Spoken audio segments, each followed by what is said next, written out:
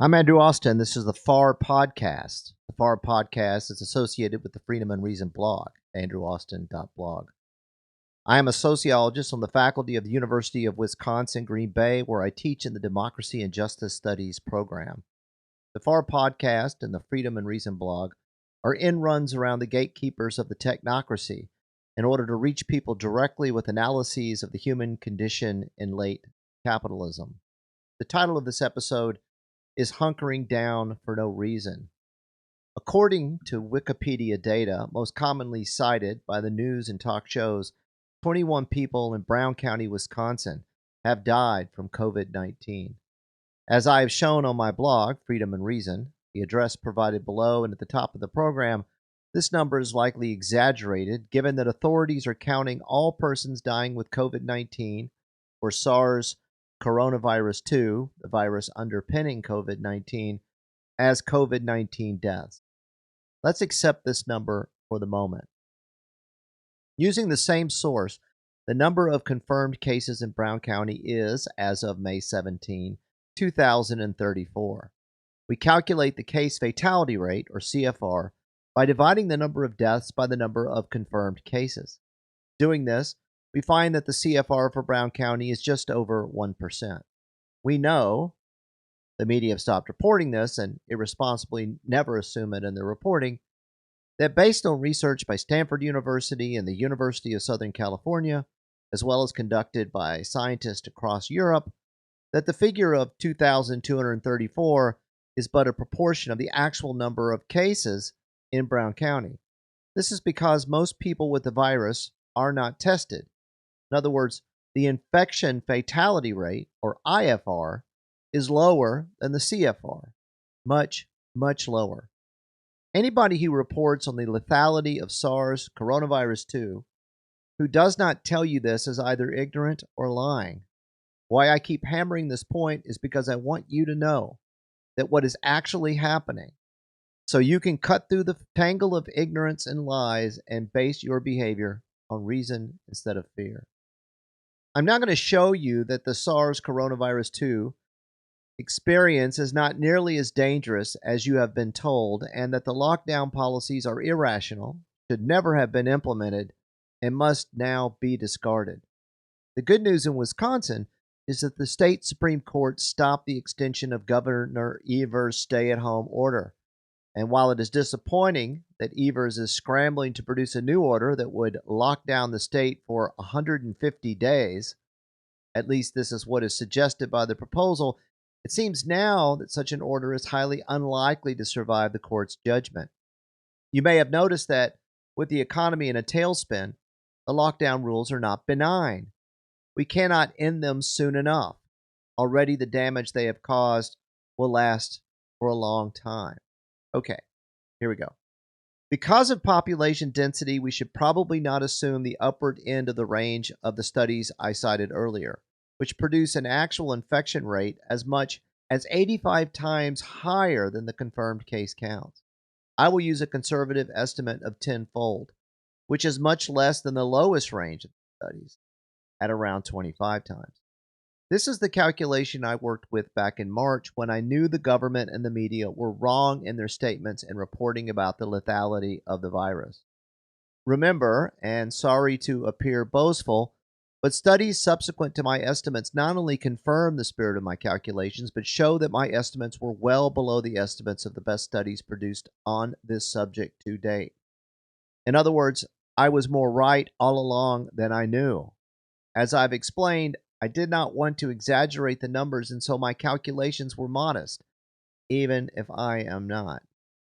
Based on my method, I am estimating 20,240 actual cases of COVID-19 in Brown County, out of a population of 264,542 as of last year, or 7.65% of the population.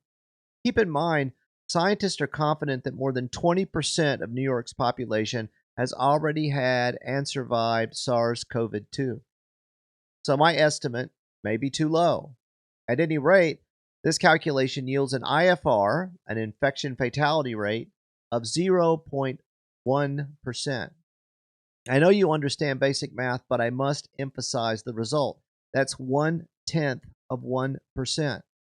The number of people dying from this virus is not 1 in 100 or greater, which is what the media have been telling you, but more like 1 in 1,000. And that's using a conservative estimate. The IFR is likely much lower than this. Even if we take the lower end of the range of the scientific studies and assume around 19% of the population of Brown County has the virus, we find an IFR of 0.04%. The more people actually have this virus, the lower the actual fatality rate. That's why the number of confirmed cases rising in Brown County is not a reason to panic, but a reason to celebrate.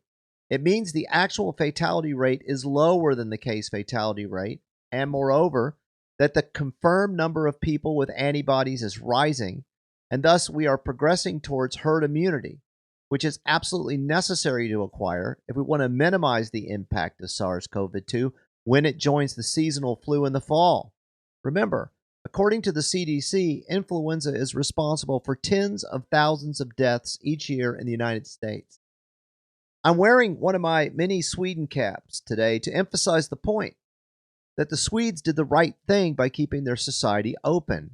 When American reporters are aghast at Stockholm reporting more than a quarter of its residents having contracted the virus, they are ignorant of the fact that this is what Sweden's epidemiologist wanted to happen. And the news gets even better. Given what I put to the side earlier, that a proportion of those counted as dying from COVID-19 actually died with COVID-19 and not from it, the fatality rate is even lower than that. Moreover, only a small proportion of the population is at risk from dying with this virus. In other words, the IFR for healthy adults and children is vanishingly small.